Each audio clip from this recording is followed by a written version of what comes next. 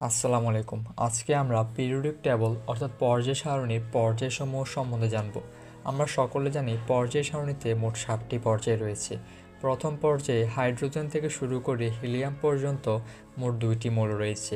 দ্বিতীয় পর্যায়ে লিথিয়াম থেকে শুরু করে নিয়ন পর্যন্ত মোট 8টি মৌল রয়েছে।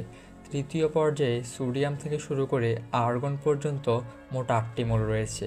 চতুর্থ পর্যায়ে পটাশিয়াম থেকে শুরু করে ক্রিপ্টন পর্যন্ত মোট 18টি মৌল রয়েছে। পঞ্চম পর্যায়ে রুবিডিয়াম থেকে শুরু করে জ্যানন পর্যন্ত মোট 18টি মৌল রয়েছে। ষষ্ঠ পর্যায়ে সিজিয়াম থেকে শুরু করে র্যাডন পর্যন্ত মোট 32টি মৌল রয়েছে।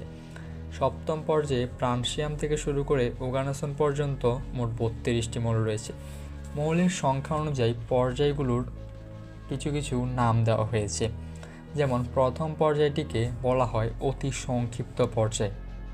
ঠিক একইভাবে দ্বিতীয় এবং তৃতীয় পর্যায়কে বলা হয় সংক্ষিপ্ত পর্যায় এবং চতুর্থ এবং পঞ্চম পর্যায়কে বলা হয় দীর্ঘ পর্যায় এবং শেষ ষষ্ঠ এবং সপ্তম পর্যায়কে বলা হয় অতি দীর্ঘ পর্যায়। ধন্যবাদ সবাইকে।